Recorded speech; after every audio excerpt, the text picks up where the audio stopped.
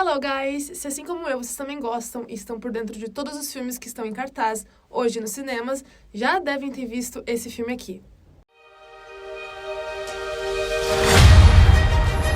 Meet the residents of Element City. Air usually has their head in the clouds. Oh, my new jacket! Nessa nova animação dos estúdios Disney junto com a Pixar, que foi lançado no mês passado, traz a história dos 4 elementos que vivem juntos na mesma cidade.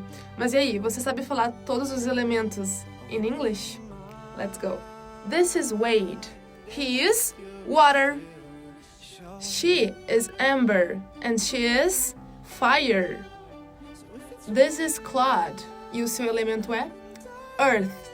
E por último, essa é a Gale, e o seu elemento é air.